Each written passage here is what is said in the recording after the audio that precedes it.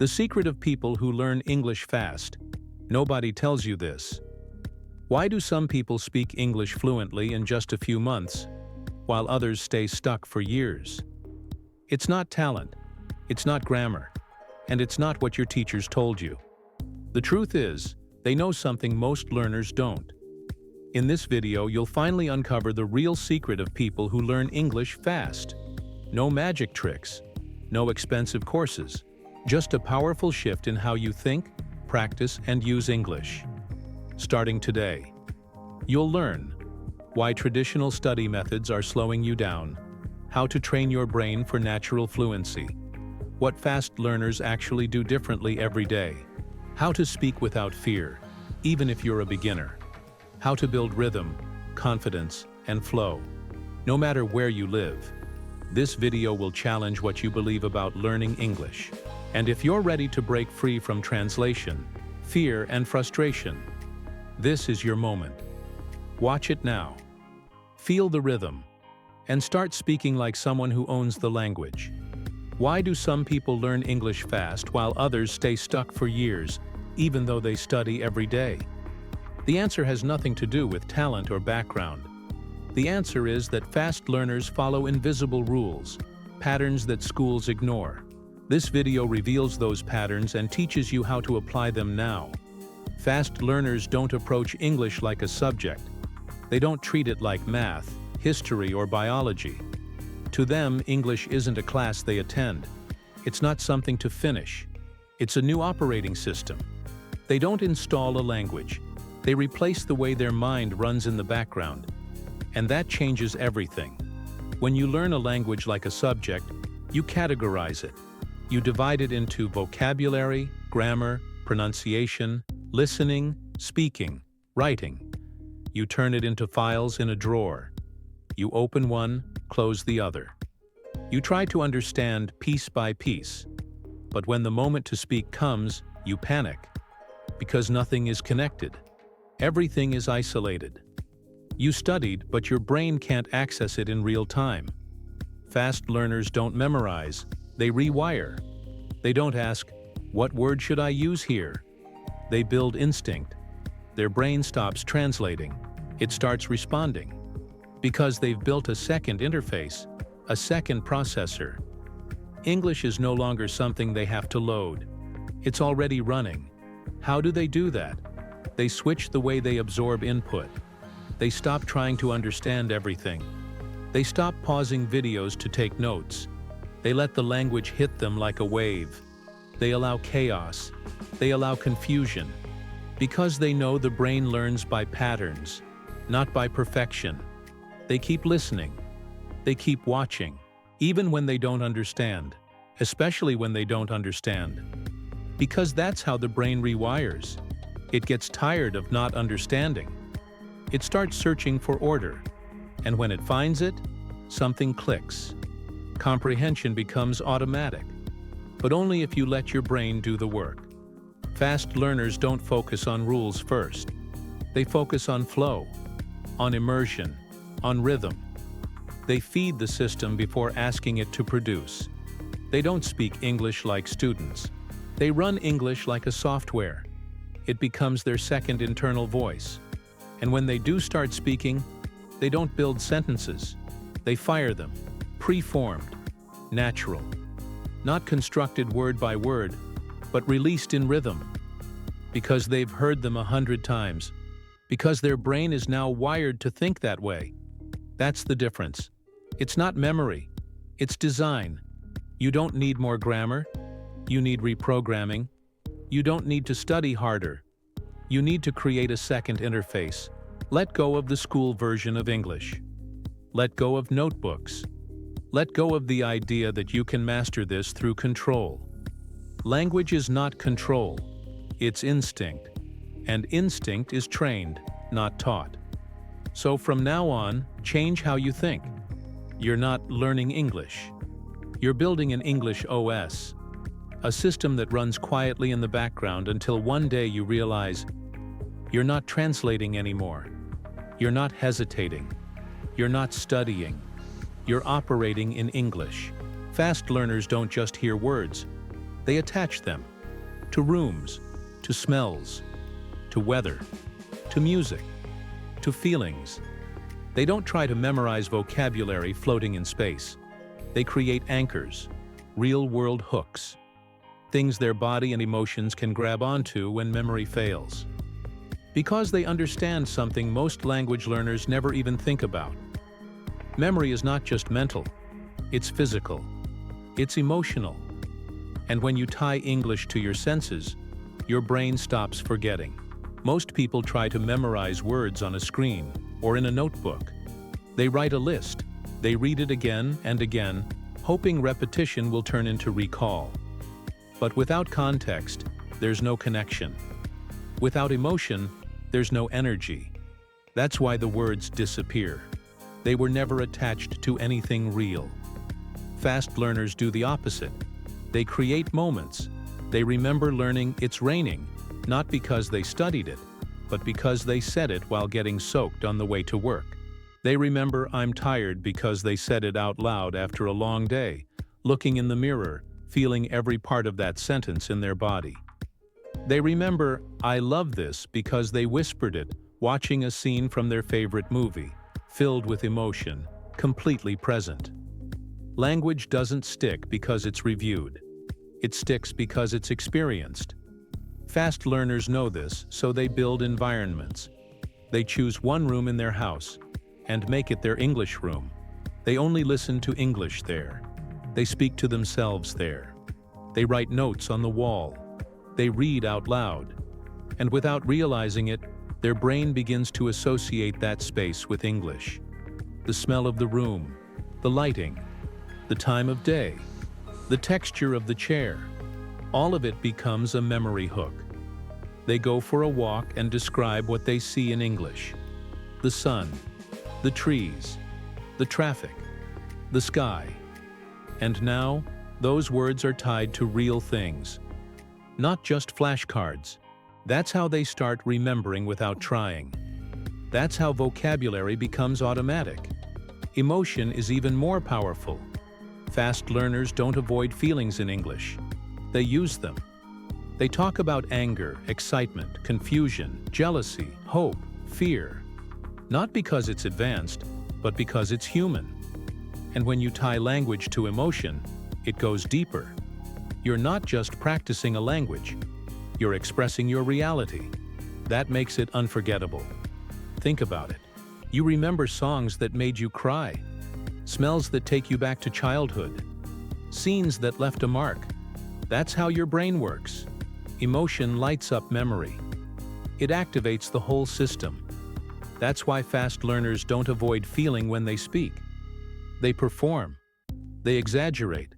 They dramatize. Because that's how the sentence becomes part of them. Even music matters. One song in English played every day at the same moment, before bed, while running, after a shower, becomes an emotional signal, a pattern, a ritual. The lyrics start to live inside the learner, not because they studied, but because they felt. And that's how rhythm becomes memory. Fast learners also build rituals around learning. A cup of coffee, a certain playlist, a candle, a notebook with no rules. They create sacred spaces, tiny repeated moments where English becomes connected to peace, to focus, to flow. And because those rituals are pleasant, the brain associates English with safety. That removes fear. That makes space for fluency. This is not a method you'll find in textbooks. It's not in grammar guides. It's not in school. But it's how your brain actually works. It doesn't want more rules. It wants more reality. It wants sensation. It wants experience. So look around your space. Choose one area. Make it your English zone. Then choose one emotion. Speak through it. Don't just say, "I'm fine." Say, "I'm exhausted" when you are. Say, "I'm happy" when you feel it. Connect the sentence to something real. Your fluency lives in those connections. English is not just sound. It's space, it's smell, it's light, it's tension, it's joy. Fast learners don't study the language. They embed it into life. Fast learners know something most students never dare to try. They talk to themselves. Not just quietly, not just passively. They perform. They become characters, versions of themselves in English, switching tone, mood, pace, even posture. They walk around the house rehearsing lines, narrating their thoughts, practicing imaginary arguments, storytelling real events, all in English, all out loud. And it's not because they're confident, it's because they understand how fluency is built. Not in silence, not in tests, but in voice, presence, and repetition. Most learners wait for conversation. They wait for a partner, a class, a teacher. And in that waiting, they waste hours, days, months, all in silence. The voice inside them never activates. Their fluency stays trapped behind shyness, insecurity, or perfectionism. But fast learners don't wait. They generate. They create the conversation inside themselves. They act, not randomly, with intention. Just like actors preparing for a scene, they repeat the same line in 10 different ways. They say it angry, they say it sad, they say it calm, tired, playful. They push the language into different emotional spaces because that's how you find natural expression. They don't just say, "I'm fine." They say it like it means something. They try, "I'm fine, I'm fine, I'm fine," until they feel the difference. And in that repetition, they find ownership. They find voice. Actors don't learn lines by reading silently. They embody them. They say them until they land naturally, until the sentence doesn't sound like a script. It sounds like them. Fast learners use the same method. They treat English not as a subject, but as a script they're constantly rewriting with every sentence they speak. And the more they rehearse, the more fluent their mind becomes. Not just in vocabulary, but in emotional control. Internal dialogue becomes their daily gym. They describe what they're doing. "I'm opening the fridge. I'm going for a walk. I'm tired, but I have to finish this." Simple sentences, said again and again, turn into automated responses. The brain no longer needs to build them. They live there. Even more powerful is the imaginary conversation. Fast learners imagine being interviewed. They imagine explaining their ideas. They play both sides of the conversation. And even though it's fake, the effect is very real.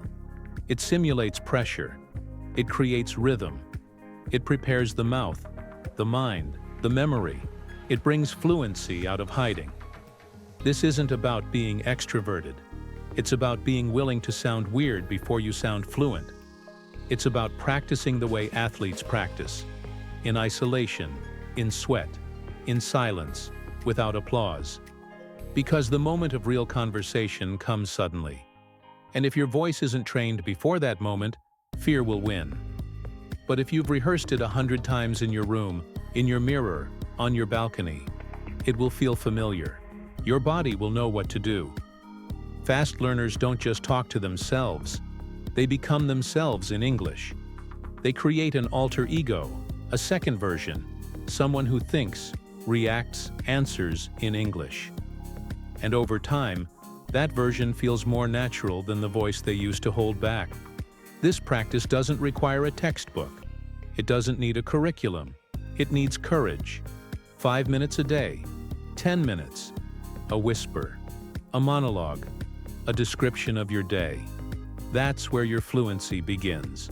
Not in a classroom, in your room, in your voice, with your own imagination leading the way. You can wait to be corrected, or you can speak now and correct yourself later. Fast learners choose the second path. They know mistakes are part of rehearsal. They know perfection kills rhythm. They build confidence by acting first and analyzing after. Language is performance. Not performance for others, but for the self. A rehearsal of identity. A daily invitation to become louder, clearer, stronger, in a voice that once felt foreign. And if you want to join that path, there's only one rule. Speak when no one is watching. That's when you become fluent. Most people start learning English with their eyes. They read words. They look at definitions. They study from books, apps, screens. They memorize spelling. They focus on what the language looks like. But fast learners take a different path. They don't fall in love with the way English is written. They fall in love with the way English sounds. They become obsessed with rhythm, tone, pauses, intonation, and pronunciation. They train their ears before they train their eyes. Because they know something most learners miss. Fluency lives in the air, not on the page. English is a sound-based language. It flows through stress and rhythm. It carries meaning in how things are said, not just in what's being said. And yet so many learners stay stuck because they only see English. They never hear it deeply. They don't train their mouth to move like English. They say the right words with the wrong rhythm. And that's why they stay slow, robotic, uncertain. Not because they don't know enough, but because they don't sound connected. Fast learners reverse the process. They treat English like music. They listen on repeat. Not to understand every word, but to feel the sound. They copy intonation. They mimic the way sentences rise and fall. They imitate native speakers like dancers copying choreography. They don't just want to know the phrase. They want to say it exactly the way it was said. They don't care if they miss a few words. They care about capturing the music of the sentence. You can see this in the way they practice. They watch the same movie scene 10 times. They pause, repeat, shadow, pause, repeat again. They speak with the actor, not after. They don't wait for permission. They don't wait for comprehension. They move with the sound. And because of that, their speaking becomes natural. Not memorized, natural. Not academic, conversational. Think of how children learn. They don't read first, they listen. They repeat. They shout. They mumble. They experiment. They don't know how the word is spelled, and they don't care. They learn language with their whole body, with their voice, breath, and facial muscles. That's real acquisition. That's how memory sticks. That's how fluency grows. Fast learners return to that method, even as adults. They repeat one phrase 20 times, not to memorize it, but to let their mouth own it, to let the muscles get used to the shape, the speed, the friction.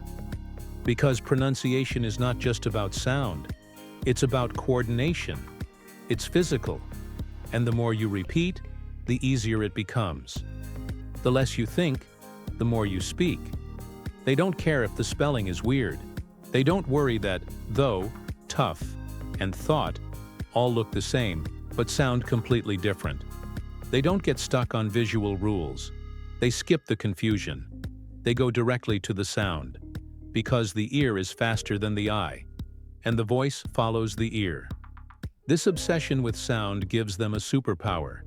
They can recognize spoken English in the wild, in movies, on podcasts, in real conversations. They're not looking for subtitles. They're listening for patterns. They hear chunks, not individual words. And that's why they understand faster. That's why they respond faster. Their brain isn't decoding, it's echoing. Fast learners also know that listening is not passive. It's training. It's input that prepares output. Every time you listen deeply, your brain is updating its internal model. You're not just collecting words. You're sharpening your inner radar. You're learning the tempo of speech, the pauses, the hesitation, the fillers, the confidence. That's what fluency sounds like. And the more you hear it, the more you become it. So stop staring at words. Close your eyes, open your ears, play your favorite dialogue, repeat it out loud, match the timing, match the breath. Say it wrong, say it again. Don't study the line, become it. You don't need more vocabulary. You need more repetition of sound. You need more echoing. You need more rhythm. That's what fast learners know. That's what makes them fluent. And now you know it too. Most learners walk through English with a flashlight in their hand, looking for every mistake they've made. They listen to themselves speak and hunt for errors. They replay conversations and remember the awkward pause, the wrong word, the silence. They keep a mental notebook of what went wrong. That notebook gets heavier every day. And eventually, the weight turns into fear. They hesitate more. They speak less. They start believing that they're not cut out for it, that they'll never be fluent. Fast learners don't do that. They don't collect mistakes. They collect moments. They remember the time they made someone laugh in English, even if the joke was messy. They remember the first time they ordered food without switching back to their native language. They remember when they introduced themselves with confidence, even if their grammar was broken. These moments are small, but they're vivid. They carry energy. And fast learners hold on to them like trophies, not because they were perfect, but because they were real. They understand that mistakes are part of the music, that fluency doesn't come from avoiding errors. It comes from surviving them, from continuing, from learning in motion. The people who grow fast in English aren't the ones who get it right the first time. They're the ones who don't stop when they get it wrong. They don't define themselves by moments of failure. They define themselves by moments of courage. That time they spoke up, even when their heart was racing. That time they recorded their voice, even though they hated how it sounded. That time they said something completely wrong, and laughed, and tried again. Language is not a math test. There's no final score, there's no perfect sentence. There's only this question: did your words connect you to someone else? Did you say what you needed to say? Did the message arrive? If yes, then it worked. That's success. Fast learners build a different kind of memory. They train their brain to focus on breakthrough, not breakdown. They journal victories. They replay progress. They don't punish themselves for forgetting a word. They celebrate the fact that they spoke for 5 minutes without stopping. And that's what keeps them going. Because motivation doesn't grow from criticism. It grows from reflection, gratitude, and momentum. They turn every interaction into a seed. That moment in the airport when they asked for directions. That sentence they understood in a movie. That new phrase they picked up from a podcast. They collect these like souvenirs. They replay them when they feel stuck. They remind themselves, this is working, I'm getting there. It's a different mindset. Not perfection, not performance, but proof. Proof that they are moving, that they are growing, that they are showing up, even when it's hard, even when it's awkward, even when it's messy. This mindset doesn't happen by accident, it's built. Every time they reframe an error as an experiment, they're building it. Every time they laugh instead of panic, they're reinforcing it. Every time they speak in English, not because they have to, but because they can, they're strengthening it. That's why their confidence grows. Not because they make fewer mistakes, but because they fear them less. So stop keeping score. Start keeping story. Start writing down every time you used English in the real world. Every sentence you spoke that wasn't planned. Every moment you understood without subtitles.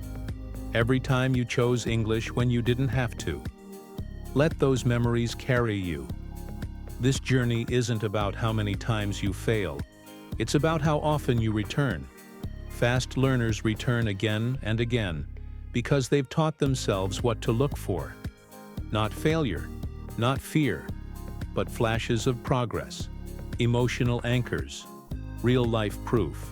You can choose that today. You can switch the lens. You can stop asking, was it correct? And start asking, did it move me forward? Because every step counts. Every moment matters. And if you collect them, they will carry you further than any grammar book ever could. There's a quiet moment that happens inside every fast learner. It doesn't come from finishing a course.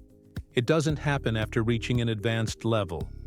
It happens long before they're fluent, It happens when they make a decision, a small but radical decision. They stop being someone who is learning English, and they become someone who uses English.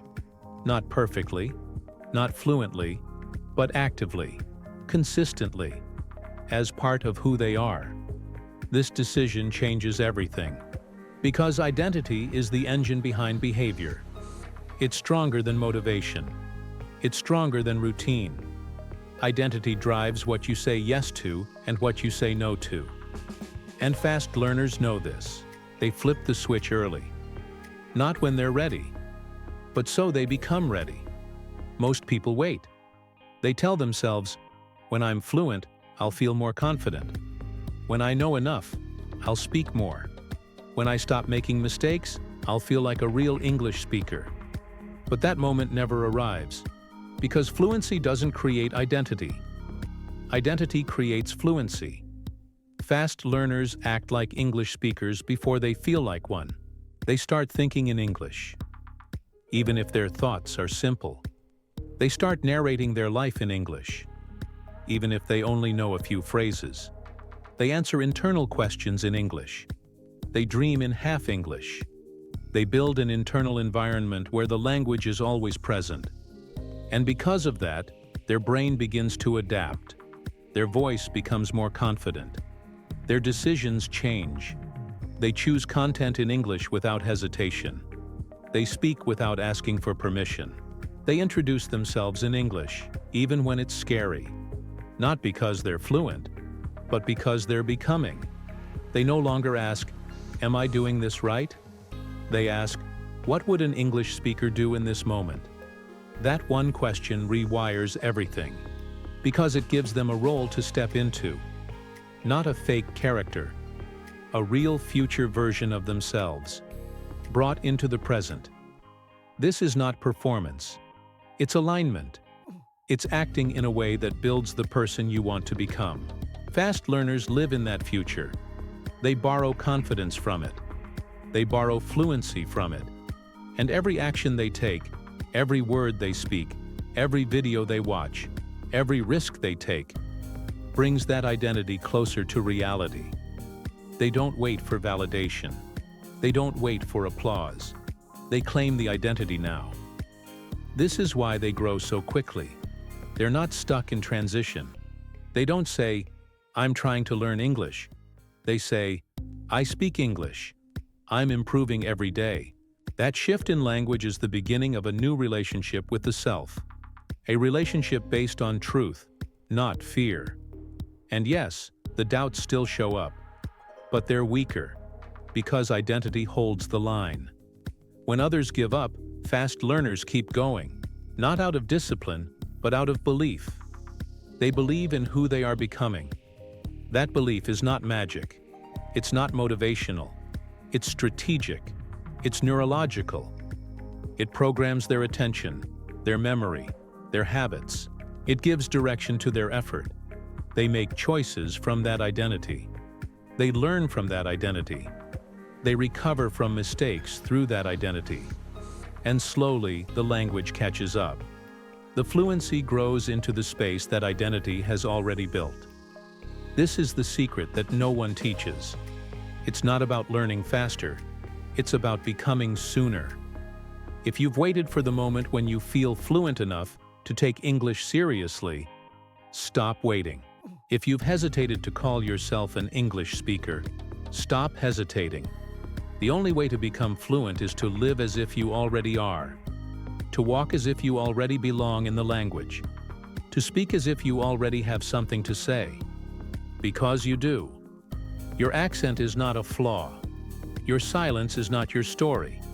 Your mistakes are not evidence of failure. They are signs of someone who has already begun. Fast learners don't chase fluency. They step into it. Fast learners don't wait for motivation. They manufacture it. They turn language learning into a game, not by downloading another app or collecting digital points, but by creating their own personal system of rewards, streaks, levels, and challenges. They gamify their fluency from the inside out. And that's why they don't burn out. That's why they come back day after day.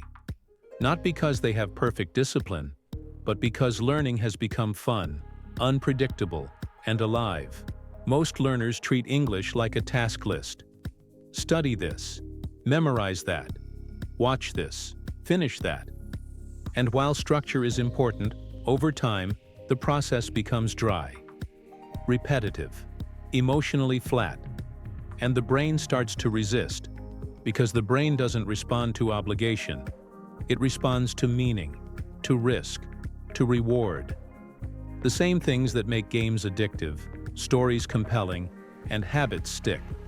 Fast learners hack that system. They turn practice into a challenge. They create fluency quests. They assign points to things that aren't visible. Spoke for 5 minutes without pausing, 10 points. Watched an entire video without subtitles, 20 points. Understood someone's joke in real time, bonus life. The actions are real. The system is imaginary, but the effect is powerful. Because it makes fluency interactive. They also create bosses, fluency bosses, real-life situations that feel like pressure tests. Ordering at a restaurant, making a phone call, asking for directions. These moments are not mistakes to fear. They're battles to prepare for. They turn anxiety into adrenaline. And when the moment is over, they reward themselves. A small celebration. A reminder that they survived. That the game continues. They track streaks. Not digital ones, but personal ones. I've spoken English 9 days in a row. I've listened to an audiobook every morning this week. I've written 3 journal entries in English this month. These are wins, not visible to others, but visible to the learner. And visibility creates identity. Fast learners also create levels, not based on grammar, not based on CEFR categories, but based on real ability. Level 1. Can introduce myself with no fear. Level 2. Can explain my day in 3 sentences. Level 3. Can describe a memory in the past tense. These levels are custom-built. And every level unlocked brings momentum, satisfaction, and forward motion. This turns fluency into a story. Not just progress, but progression. Like a character in a video game gaining new powers, fast learners level up through behavior, not through theory. And when they hit a plateau, they change the rules. They add a twist. One day, they only speak in questions. Another day, they mimic a movie scene. Another day, they record their voice and challenge themselves to match the timing of a native speaker. It never stays static. It evolves. Because the human brain needs novelty. And fast learners don't wait for the process to be exciting. They design the excitement. That's why they stay consistent. That's why they never feel stuck in a routine. Because they control the rhythm of the learning, not the other way around. Even setbacks become part of the game.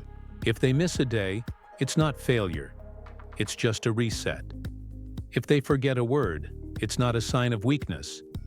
It's a clue. They treat every mistake as part of the path. Not a red light. Just a trap they learn to escape next time. That mindset removes shame. It builds resilience. This gamified approach also builds emotional engagement. Because the wins feel personal. The goals are chosen, not imposed. And the brain recognizes that autonomy. It rewards that creativity. It begins to associate English with play, with movement, with small victories stacked on top of each other. That's not a method. That's momentum. You don't need technology to build this. You don't need gamified apps. You need awareness. You need a notebook, a whiteboard, a sticky note. Something that says, this is what I'm building. This is what I've earned. This is who I'm becoming. Fast learners don't just study English. They play with it. They chase fluency like a game they refuse to quit. And now you can too. Motivation is a liar. It shows up strong one day, disappears the next, and leaves you wondering what's wrong with you. But the people who learn English fast don't chase motivation. They don't depend on it. They build something stronger, something more durable. They build micro-confidence. Quiet, invisible wins that compound over time and slowly reshape the way they see themselves in English. Micro-confidence doesn't scream. It whispers. It's the 2-minute voice recording you made when no one was watching. It's the sentence you repeated out loud in the shower. It's the phrase you practiced under your breath while waiting for the bus. It's replying in English in a group chat, even if it's just 3 words. These actions look small from the outside, but they build something massive on the inside. Because confidence is not a gift. It's not a switch. It's a side effect, a result of doing uncomfortable things consistently and surviving them. It's not built in big moments. It's built in repetition. Tiny risks taken every day. Tiny steps into visibility. And every time you show up, even a little, your brain notices. It adjusts the way you view yourself. And the next time, the resistance is smaller. Fast learners don't wake up excited to practice every day. They're not always inspired, but they've trained themselves to act anyway. Not because they feel ready, but because they've learned that action creates readiness. Not the other way around. And the secret is that these actions don't have to be huge. In fact, the smaller, the better. Because small means consistent. Small means sustainable. Speaking one sentence aloud is better than waiting for a 30-minute conversation that never happens. Translating a thought in your head is better than waiting to write the perfect paragraph.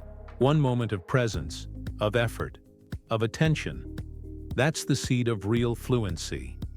They don't say, "Today I'll practice English." That's too big, too vague. They say, "Today I'll say one thing in English before breakfast. Today I'll answer one email with one English sentence. Today I'll think in English while brushing my teeth."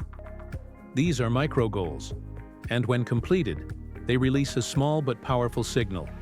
I did it. I'm doing this. I'm becoming. This creates a feedback loop. Micro-action creates micro-confidence.